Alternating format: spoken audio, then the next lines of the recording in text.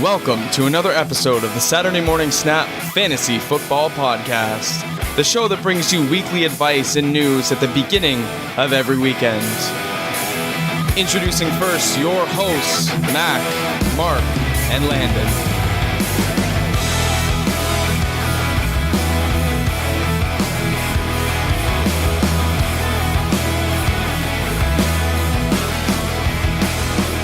Hey, we are back for part 2 of trying to predict the NFL draft. This is a big one for us, big episode number 50. We finally got here, not like we were trying to get here, but it's a nice little milestone, 50 podcasts, almost under our belt.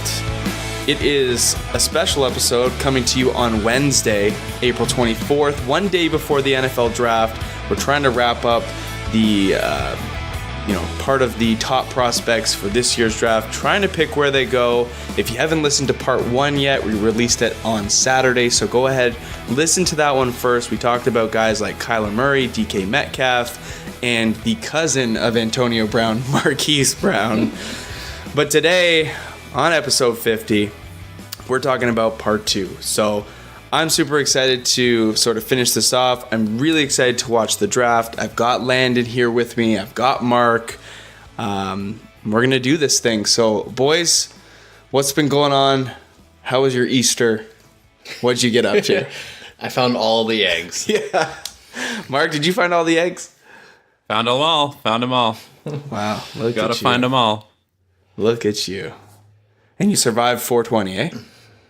By the skin of my yellow teeth. The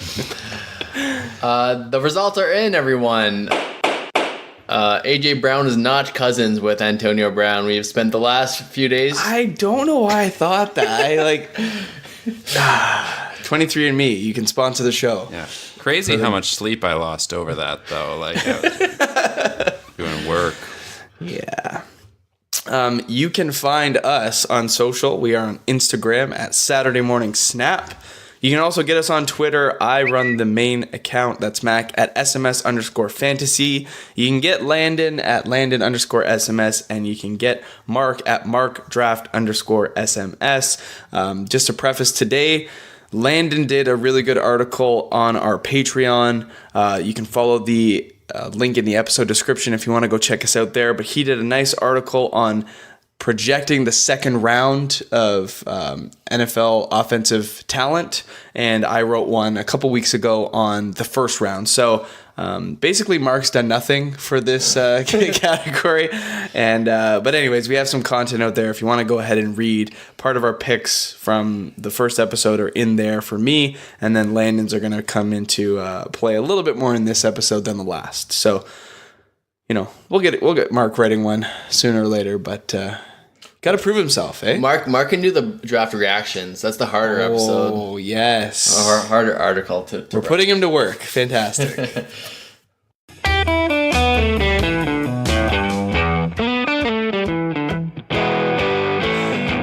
No news to report. We're just going to kick this thing off and get through numbers 9 through 16, as well as a flyer pick, guys that aren't in the top 16 for offensive guys.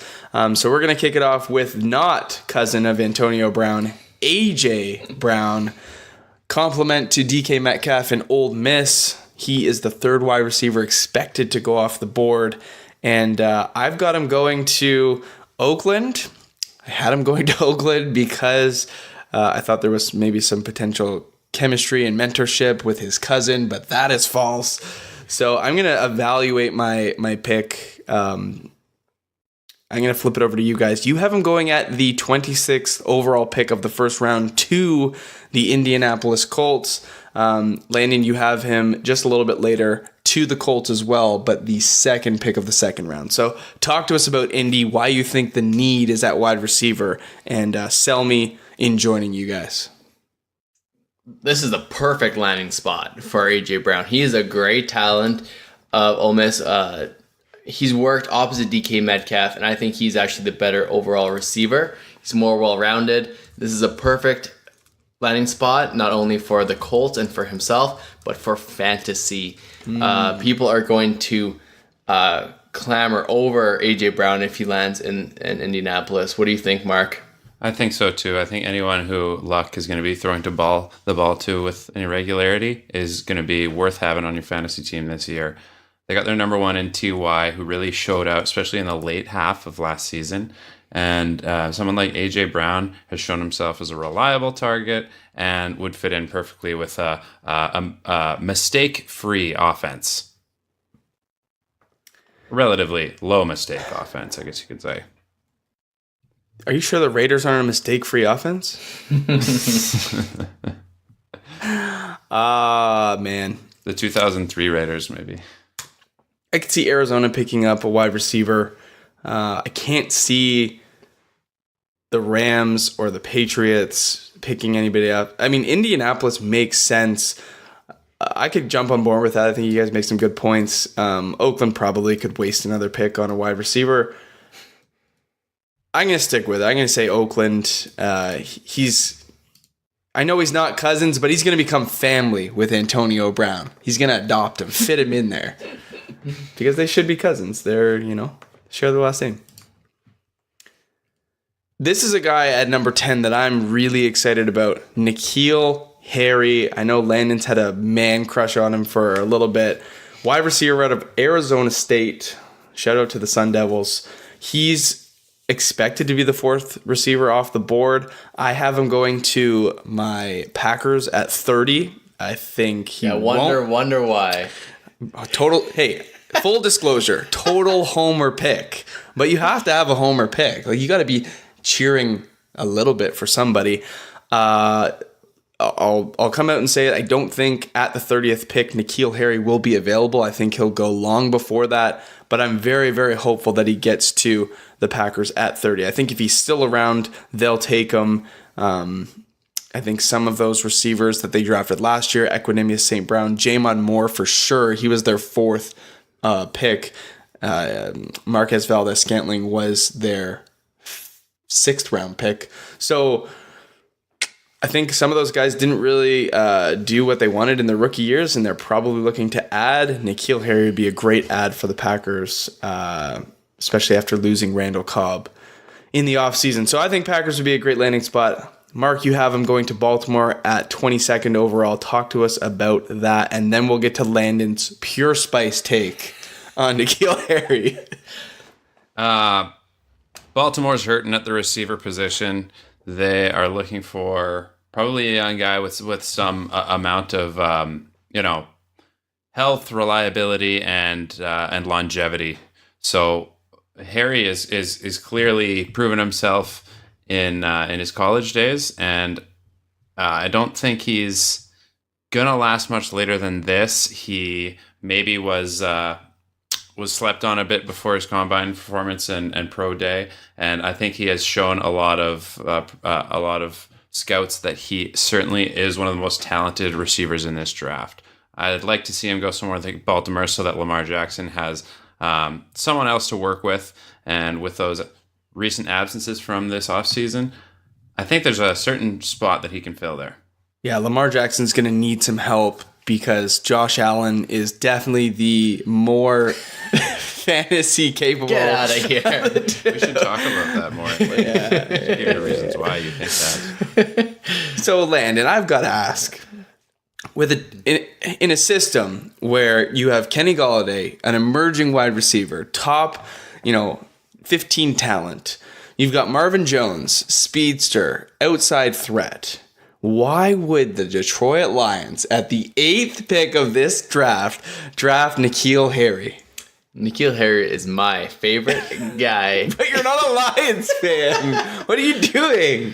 I think we're gonna. I think the fantasy world and everyone's gonna get shocked with Detroit taking an offensive talent like N'Keal Harry. I think they're gonna be very high on him.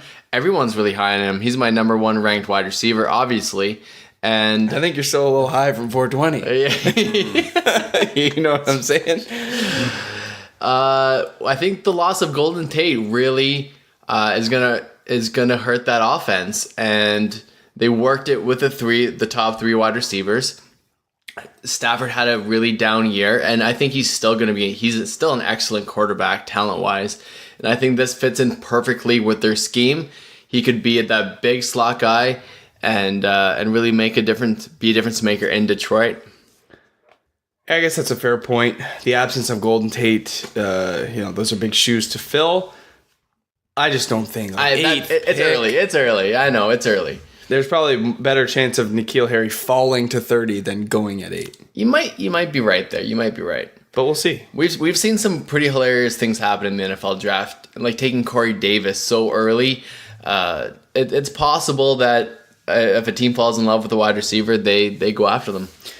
Just like I think the Indianapolis Colts have fallen in love with the hometown Terry McLaurin. This is a name that you're not going to hear. 11th offensive prospect as per CBS. I forgot to say in this episode, CBS is sort of our benchmark for the rankings that we're doing these players in order. Terry McLaurin, you're not going to hear his name in a lot of mock drafts. He's kind of flying under the radar, but he ran a 4.35 40. This guy is lightning quick. Had a great year at Ohio State. Wide receiver 5 going off the board. I have him going to Indy, hometown kid. They've been very vocal in saying that if Terry McLaurin's available, they want him on the team.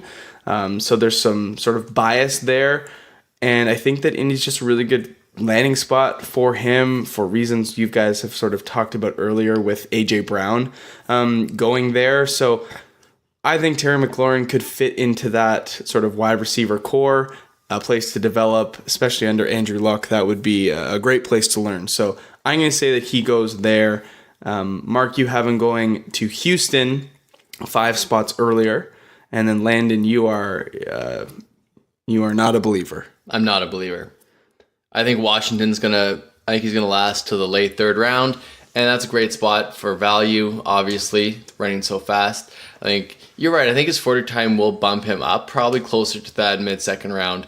But I think there's a possibility that he will fall and drop. And I don't think Indy. I think Indy has that archetype already in T.Y. Hilton, that fast speedster. Mm-hmm. I don't know if I think their needs are a little bit different. Maybe get a larger target to do a different role. But you make some good points. Yeah, I have him at the 2.22 position, and the only other real place I could see him going is the 2.23 position, which also belongs to Houston. I just wanted to point out they do have 2 consecutive picks, but no, I think that he's a player that in Houston there's a bit of a need to find someone healthy in the wake of someone like Will Fuller. He'd be a good speedy complement to a player like that. So yeah, more speed the better on as maybe a slot or a backup to Fuller. Yeah, that's how I see him. Next guy, this is the 4th quarterback off the board, Daniel Jones out of Duke. We don't see too many Duke football players finding themselves in conversation at the draft. Not the greatest football program, definitely a basketball school, but we are completely split. I am, miles higher than you guys on Daniel Jones. I don't see him being a top. I don't see him being a top prospect. Mark, you have him going to New England. You've bought into the Tom Brady understudy narrative. Landon, you have him going to Jacksonville, which is really interesting with Nick Foles finding his spot there. So, Landon, pull from the article here. Tell us why Daniel Jones is going to be a good fit in Jacksonville.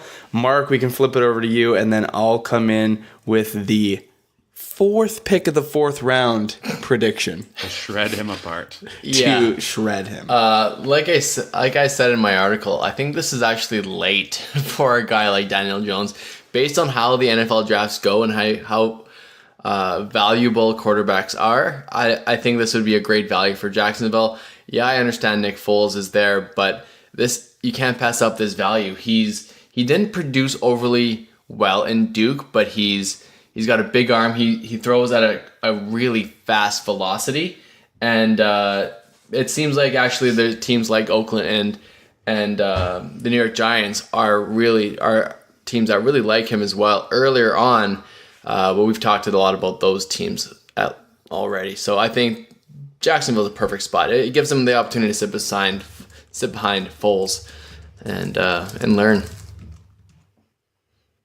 Mark? New England's going to need a new quarterback. They are. And it's not clear whether they're going to be trying to trade for a player like Rosen, but if they do go for someone in this draft, I think Jones is a good fit for them.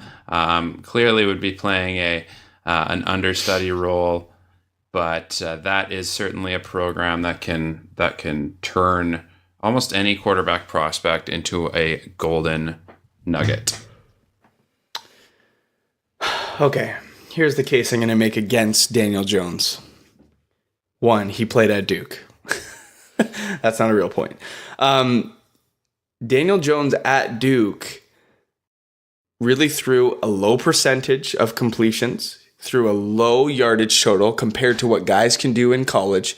You look at a guy like Dwayne Haskins who threw for almost 5,000 yards, 50 touchdowns. Daniel Jones is throwing for high 2000s. Only throwing teen touchdowns and, an interception rate of like 1.5 to 1. So I don't think he's a very capable passer. I don't think he's been used to throwing with volume. When we look to recent drafts, even top prospects like 2005 draft, Aaron Rodgers was supposed to go second, third overall.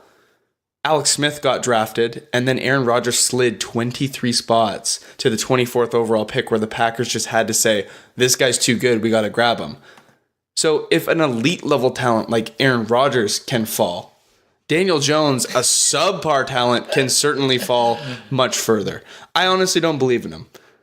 I think he's going to fall third, fourth round. Yeah. What round was Tom Brady drafted in? Yeah, sixth round. Right. Well, you pick out the exceptions of hey. Like those, yeah, that happens, but there's a lot of really great, really average players that get overdrafted in the NFL. We've seen that through years. There hasn't been a whole ton of. So what has Daniel Jones done to make you feel like he's worth being a first, second round pick? Well, because there's quarterbacks that do work. I don't know. Like there's like the NFL wants the next big thing, the next great quarterback, and we all know that if you're going to be successful in the NFL, you have to have an elite quarterback, and they're willing to take a gamble on a guy that shows potential to get that, whether or not he showed it via his stats or showed it through his interview process or through his interview process, and I think they'll take a chance on a guy like that. Jimmy Garoppolo, like we're looking at right now, did not have great stats in college, but obviously he's an NFL starter and he was drafted by the Patriots. True. I'm trying to look up his stats because that's sort of a guy that Are those his NFL stats? Yeah, I'm just looking for his college stats here because that's a guy that I sort of think about. Oh, it was over 5,000 yards. So yeah, that's. Well, I mean, he started off very, very low, but in his senior year there, throws for 5,000 yards, 53 touchdowns, 9 interceptions. So yeah, no, those are wrong. What we're looking at. No, so I just think like a guy that's going to be drafted in the first or second round has to be elite level. Nothing that Daniel Jones did was elite level. Like, I almost think him declaring for the draft was a mistake. Maybe. I just don't see it. Nothing that he's done in college makes me believe that he will actually be NFL worthy. Well, what do you think, Mark? I guess those numbers do skew things, but it's if you're going to go by numbers to dictate how they're going to do in regard to the NFL, I think it's more about the players' style and their metrics rather than their numbers. Like if a sixth round pick can become the greatest of all time, then we're going to use that argument for any player that you think is going to be drafted, after the first round. Right? There's hero potential in any one of these guys. Yeah, if they're being talked about in this discourse. There's a lot of A lot of analysts, especially looking at Dynasty and the draft, look at a couple different things. It's either people believe in metrics and statistics, or metrics and like their measurables, how fast they are, their speed scores, or they look more on production. And if they run a slow 40, yet they have like running backs in particular, but they have a ton of college production, they look at the production. Like I just found Carson Wentz did not have a great college career at North Dakota State. Only threw for 1,600 yards and 3,000 yards in the last 2 years. Yet he's not an overall volume passer in the NFL either. He's more efficient than he is a volume passer.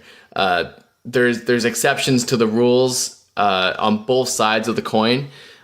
You just need to figure out if you prefer college numbers more and really look at that rather than maybe some stuff he shows on the field and maybe on the combine, on his pro days, etc. Yeah. I think last thing we'll say about Daniel Jones, because why are we talking about a guy that's going to be drafted in the 4th round?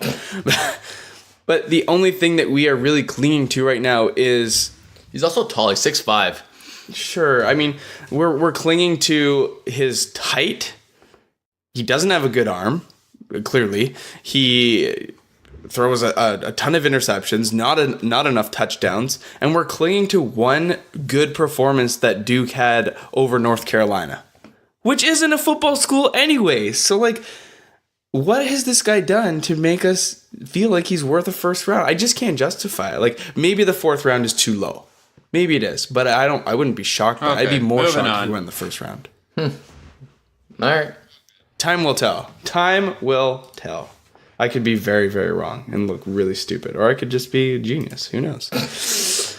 Kelvin Harmon comes in, number 13, wide receiver out of NC State. We seem to be very, very consistent on him. Landon is a little bit lower at the 4th pick of the 3rd round, going to the Jets. Mark and I are 1 pick apart, the 8th and 9th pick of the 2nd round. So, Mark, why don't you kick this one off? Tell us a little bit about Kelvin Harmon and why you think he's going to go to the Bills.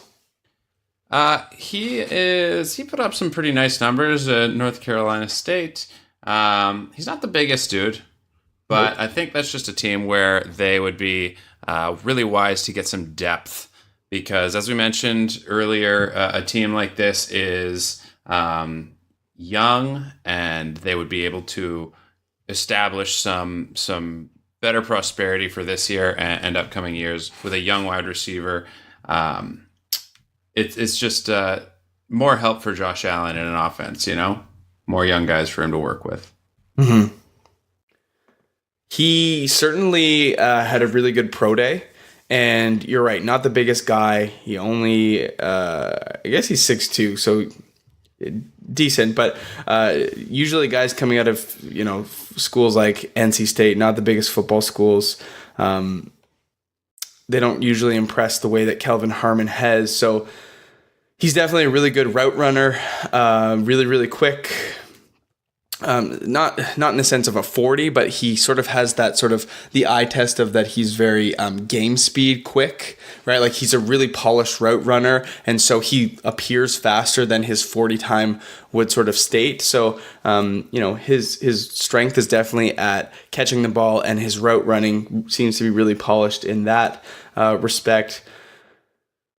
But really where he's going to struggle in the NFL is to beat guys downfield. So if he can utilize his footwork and his sort of change in direction to sort of get open space and make things happen, that'll probably be more of his benefit than beating guys downfield. Like he's going to be more of like an Anquan Bolden like possession type guy as opposed to Will Fuller that just goes deep, right? So yeah, I'm not a big Kelvin Harmon guy. I think 3rd round is about the round that I see him going. I could see him falling later as well with his workout metrics weren't outstanding, and I think that's going to push him down. Deebo Samuel comes in at 14. He is out of South Carolina.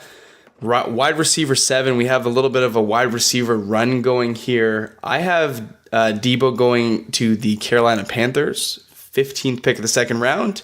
Mark, 32nd pick of the second round, so last pick to the Patriots. And Landon, going to the Green Bay Packers, 11th pick of the third round.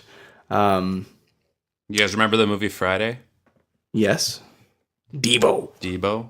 Oh, man. Anyone named Debo, is going to be like a scary man. What do you have to say about Debo, Lando? I love Debo Samuel, actually. He's not the tallest guy. He's at 5'11", but he's very fast. Pretty good 40-yard dash, a good burst score. 23 years old. He's a little bit older of a prospect, and he really didn't have a ton of production at Carolina. But I think he can do it all. He's a good slot guy. I think it would be a really good fit for Green Bay, especially if they don't take wide receiver too early. I think this would really fit well in their offense. I really like him.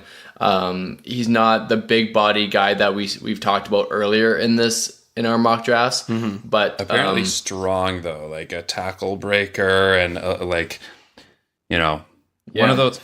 That's kind of why I see him fitting nicely in New England, is because in New England they do those short kind of chippy routes, and he is like a head down kind of, I think he'd fit in really nicely with that system. And plus, apparently, he could look good from a special team standpoint as well.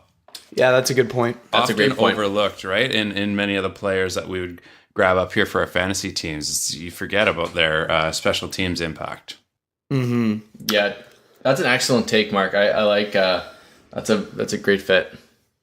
So we've got Paris Campbell here coming in behind Debo Samuel. For me, I have Paris Campbell just slightly ahead of Debo. I think he's going to end up with the Falcons.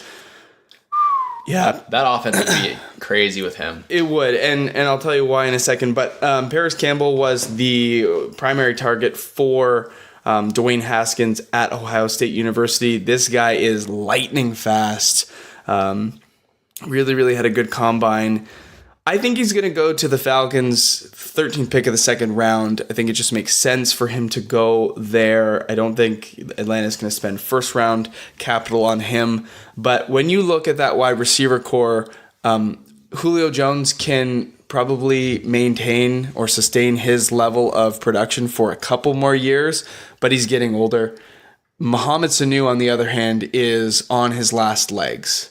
So I think Mohamed Sanu will be replaced in the coming years, and I think that Paris Campbell is the perfect guy to do that. We saw what Calvin Ridley did as a rookie in that offense last year. I expect him to continue to make a step forward, and Paris Campbell will sort of come in, learn from Julio, learn from Mohamed Sanu, just as Calvin Ridley did, and really sort of be put into that role nicely. I think they do a good job of cultivating good wide receivers there, and especially when you have guys like Julio to learn from, it's going to be a really easy learning curve for him. So I think Atlanta makes tons of sense, and it really does fit a need in the next couple of years.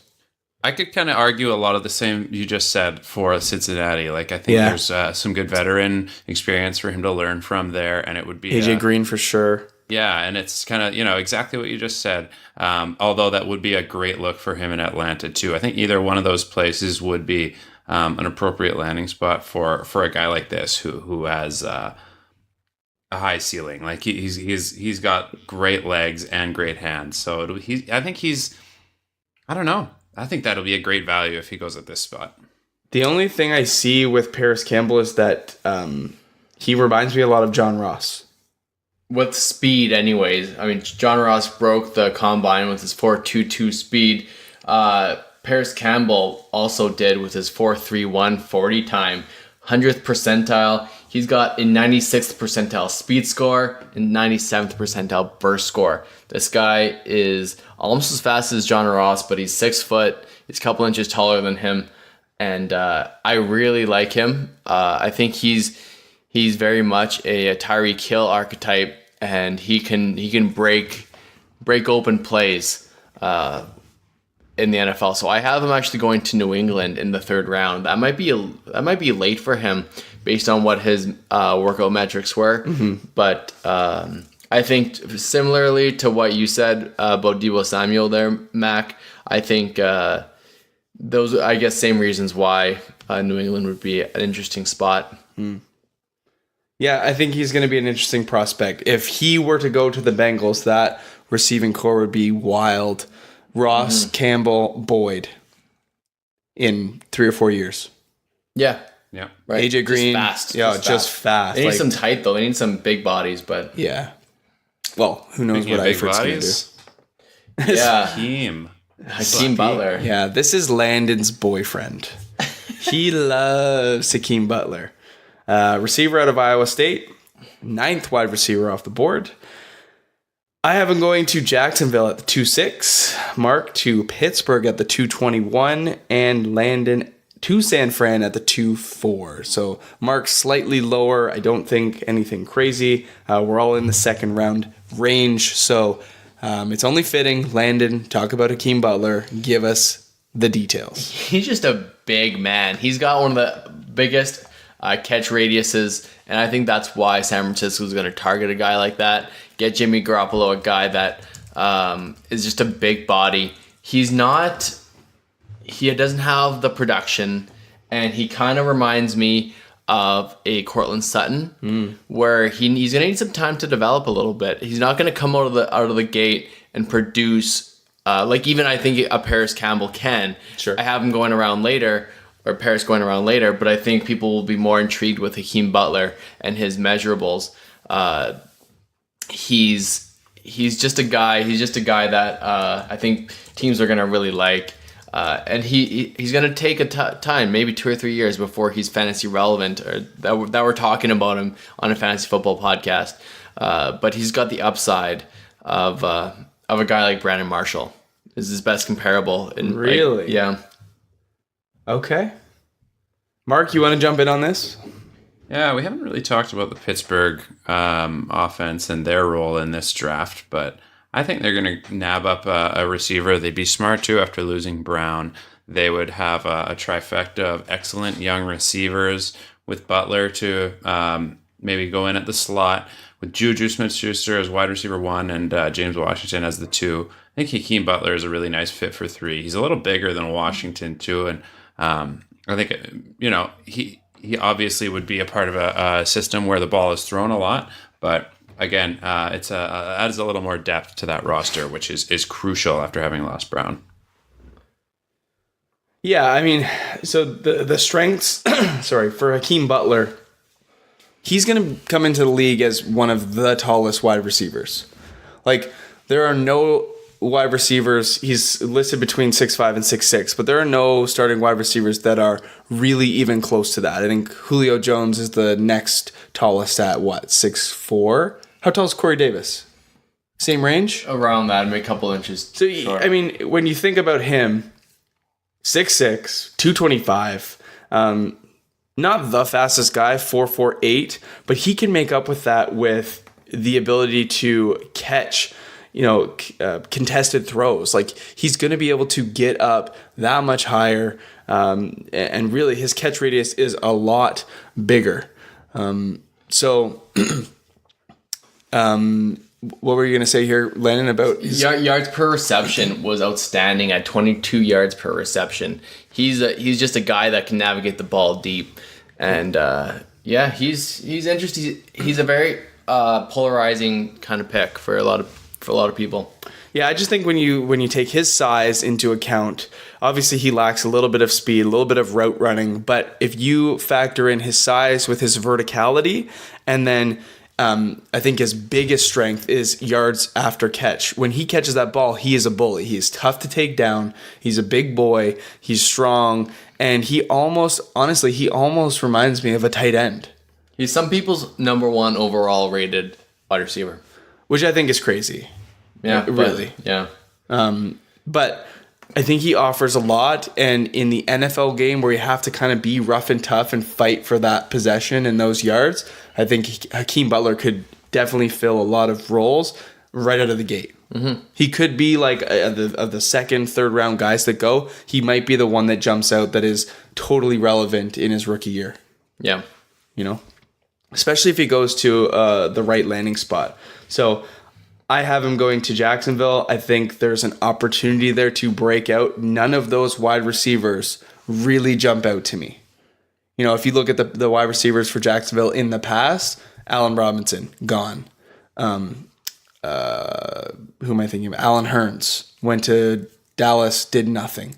We've got Keelan Cole, who's flashed at times. We've got Dede Westbrook, which he had an okay season, but certainly not supplanted himself as taken over as the number one. Dante Moncrief had a 1-year stint last year, now gone to the Steelers. So I think there's definitely some opportunity for Hakeem Butler to find himself in that offense. Nick Foles, good quarterback, shown that he can distribute the rock, and I think one of those targets will be Hakeem Butler at year's end.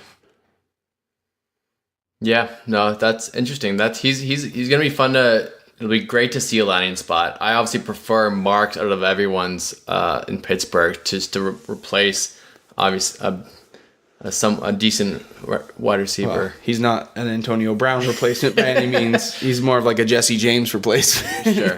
Yeah. Jalen Samuels. Yeah. Why do you see him going to Pittsburgh, Mark? Thought we already talked about this. Yeah, huh? he already did he? Yeah, he did. Okay, I'm in La La Land. That's all right. That's all right. That. Next, now if you want to talk about my boyfriend, this is Miles Sanders. Come on, you can't have back-to-back BFFs. Come on, Dion's cousin. 23andMe, I need you. Listen, I picked him in our rookie draft, and you guys were like, "What? You're insane." You're insane." But no, I really like. He's my number one rated running back in this class. I think he's going to be better than Josh Jacobs, and I think a perfect landing spot in a perfect world would be going to Tampa Bay at the 207 mark. You don't believe in Rojo?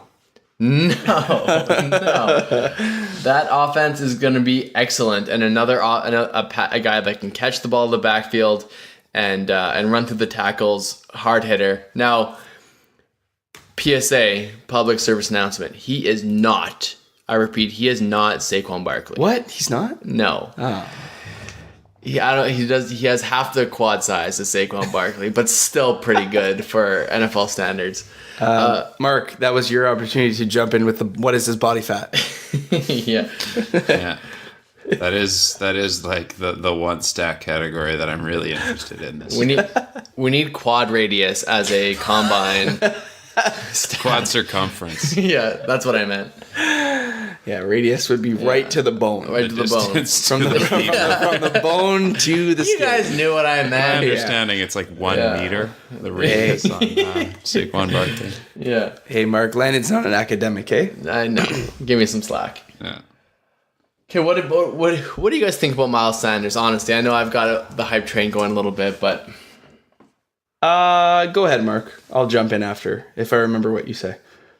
Yeah, I have him at the 223 position going to the Houston Texans. That's a team that I was hoping would maybe do a little more action in the free agency, especially in the Lev Bell contest. I thought they were going to be the number one landing spot for him, but now I think they'd be wise to look for a rookie here.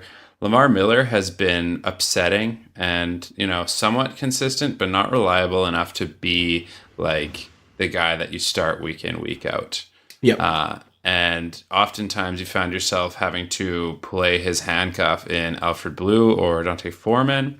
So I think Miles Sanders could potentially be that new piece in Houston's offense that could really skyrocket their productivity. Mark, that's a great pick. I knew we brought you on this podcast to do quality selections like you just made right there. I also have him going to the Texans at the same spot. I just think it makes sense. Like the departure of Alfred Blue, and Alfred Blue was not good for fantasy or football for by any means. But you see Deonta Foreman struggling with his Achilles injury for a couple seasons now, still finding himself behind Blue. I think I've been waiting on Deonta Foreman to actually break out and be the next big thing in Houston, and I've stopped believing in that. And I think Lamar Miller, approaching 30. It might be time to move on for the Texans. Miles Sanders could be a good replacement for that. Like Landon said, he's not a Saquon Barkley replacement. He is a product of Penn State, but he's not a Saquon Barkley replacement. However, I don't think it's going to be a whole difficult thing to do to replace Lamar Miller. So it's funny how this is just such a different draft than last year. Miles Sanders is our last guy that we're going to talk about in the top 16 players. He's the second running back off the board, and we're projecting that to be in the middle of the second round, if not later. So just crazy how the draft class from last year to this year is so polar opposite. Mm-hmm. You know?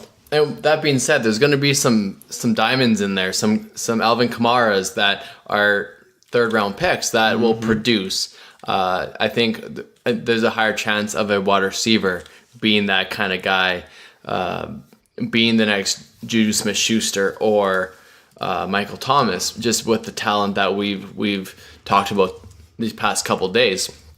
But yeah. So Landon, who is the next Alvin Kamara that we haven't talked about, that could be potentially a flyer that no one has on their radar? Who is the next big thing that comes out of nowhere? My flyer is Damien Harris, the starter for the Alabama Crimson Tide. Not Josh Jacobs. Not Josh Jacobs. No, the actual good running back in that backfield. And I have him landing actually in Houston, which is interesting. You guys have obviously Miles Sanders. That'd be a great spot. I think Houston would be an excellent spot for a running back. People have been desperately waiting for Deonta Foreman to come out, and we're just tragically hurt by that injury. But and this would completely bury the Deonta Foreman shares. You can drop them in all formats, and it'd be unfortunate. But that being said, I really like Damien Harris. He doesn't catch the ball as much as Josh Jacobs, and that's why people have Josh Jacobs so high. But he had more scrimmage yards in his final year in Alabama. And he's shown that he's the starter every single year. He's been the starter for 3 years in that offense. And yeah, I really like Damien Harris. I think he's going to fall. He could fall further in this draft, but he's still going to be a good sleeper option. Very, very interesting. I think we're pulling at straws here. It's tough to make cases for guys. I'm going to go with Jalen Hurd, wide receiver out of Baylor. Wow. Yeah. That came out of left field for me. He has an interesting story. He switched schools and positions in his final year of college, and it turned out to be a solid idea for him. He rushed for 1,300 yards and 12 touchdowns as a running back for Tennessee, then switched over to Baylor, became a wide receiver, caught 69 balls for almost 1,000 yards and 4 touchdowns. So in his first year at the position, I think we're just looking at a guy that is very athletic, able to sort of fit multiple roles. I think an easy pick here, a guy that we haven't talked about, would be someone that you were high on, Landon, Andy Isabella. But I think he'll go a lot higher than Jalen Hurd will. Sure. So I'm just kind of digging a little bit deeper. But I think some pluses for Jalen Hurd. He's athletic. He's clearly intelligent, being able to switch between wide receiver and running back, having success at both positions. But he's also 6'4", 217. So he's a big boy. I think that's a good switch for him. We don't really see 6'4" running backs all too often, but we do see a lot of success in 6'4" receivers. So it's a big ask. It's digging deep, but I think Jalen Hurd could be a solid pick late rounds. I'm talking 5th, 6th round guy. Yeah, for sure. Mark, do you have anybody that you're thinking of for a flyer? Yeah, I'll touch on a guy out of Stanford here who is just a real he's just like a battler for that ball, and that's JJ Arcega-Whiteside from Stanford. I like him. I like him a lot. Okay. Honestly, like when you read about him, they talk a lot about his contested catch rates and how effective he is at making those clutch catches. And I don't know, I feel like he's been mentioned, but a little bit slept on here, and hard to say. But there's lots of teams that are going to be going for wide receivers in that first round. Not to say that he is a first round receiver, but I think even mid second round, like I think a great fit would be somewhere like Washington for him, or Baltimore, maybe Seattle. I think he is even could be a potentially great Patriot, right? He too is one of those grindy type players that gets it done. I like Whiteside a lot, actually, Mark. Special mentions to Bryce Love, Stanford running back, one of the best running backs in 2017. Had over 2,000 rushing yards on the ground, really showed a lot of potential. Decided to go back to school and focus on his education and be there for the team. I heard an interview with him recently, and he, I mean, hindsight obviously is 2020, but if he still wants to be a part of, he had a terrible ACL injury and still wants to be a part of an NFL team. I think he will be, and I think he's going to be a really good value if he gets healthy. He's an excellent running back, and I think he's a guy that in dynasty drafts, I'm looking at him mid. I was even looking at him at the late first round, like at the last pick of the first round, maybe mid second round, just of his full potential, what he showed. Not a lot of guys can show the 2,000 yards all-purpose or almost 2,200 yards all-purpose for a college team. Yeah, and I think when you look at Love, like Landon said, had such an amazing season, decided to prioritize other things, which I commend someone for. I think that's a huge risk to take, but obviously something that he felt like he needed to do for himself. So, kudos there. The timing of his injury was problematic. It's not like he got injured early in the season, had the chance to recuperate and come back. He injured himself. He tore his ACL in the bowl game. Yeah. So that really takes him out of being able to be drafted high. Doing a combine. Right? Really going to pro days, showing himself. So I think you're going to see him being drafted 5th, 6th round, maybe being relegated to like day 3 selections, where you're just going to need the right team to take a shot on him, see that potential value. And really in those later rounds, you're not risking a whole lot. I mean, you can cut a guy if he doesn't work out. He's not a first round pick, but there is potential there because we've seen him be an elite level talent. Just the timing of his injury really set him back. Right. So there it is. That part 2. Finish our top 17 in a flyer. Top 16 in a flyer. Top 16 in a flyer. Yeah. Picks. So we've ranged from AJ Brown to Miles Sanders in this episode. If you haven't, like I said, if you haven't checked out part 1, go back and check it out. We go Kyler Murray to Marquise Brown and all the big boys in between, like DK Metcalf and Dwayne Haskins. Sorry. And then maybe guys you haven't heard about, like Terry McLaurin, and maybe you don't know whose family Marquise Brown belongs to. True. Yeah, maybe not. So yeah, hopefully check out those 2 episodes. Really, really hope you guys enjoy the draft tomorrow. Mark is going to be live tweeting and writing articles on reactions. I'm kidding. You don't have to do that, Mark. I'll try. I do think it'll be. What do you think if we have some sort of little contest between us? Maybe how many do we get right? How many do we get right? Maybe we don't do spots, but we do landing spots like teams. Okay. So if you have, if you have Josh Jacobs going to the Raiders, not at the 24th, they take him at the 27th, you still get it. Okay. Just got to pick the right team. Cool. All right. See who gets the most. When we get together this summer, it'll be dinner bet. A dinner bet, yeah. You pick each other's dinner. You're gonna have salad, no dressing. A white Russian made with clamato. Oh my god. I like it. Cool. Yeah, man. So that wraps it up for us. If you enjoyed the episode, if you feel like this gets you pumped up for the NFL draft, go over wherever you listen to your podcasts. I know that Apple Podcasts is probably the best for us, but if it's not the best for you, no problem. Go over, leave us a review. 5 stars would be appreciated, but give us an honest rating. Give us some honest feedback. We'd love to know how we're doing, how we can make this better for you as the listener, and improve the show. So go ahead and do that for us. Hit that subscribe button too, and go over to our Patreon. The link is in the episode description. You can go over and check some of our mock draft articles. We've got a first and second round one there, and we'll see you guys next Saturday. I know we're coming to you a little bit earlier today on Wednesday, but we'll see you next Saturday. So not this coming, but the week after. Yeah, and I think a special host and a guy that's joining our podcast part-time. I will be traveling Europe at that time, so I will be unable to podcast with you guys. Mark, this might be it. Here. Yeah.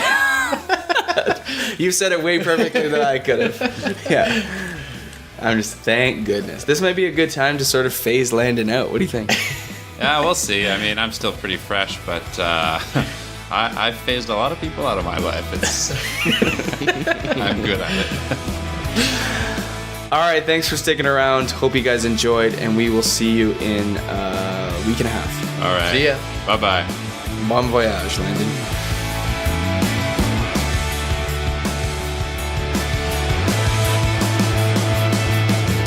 Thanks for listening to another episode of the Saturday Morning Snap Fantasy Football Podcast.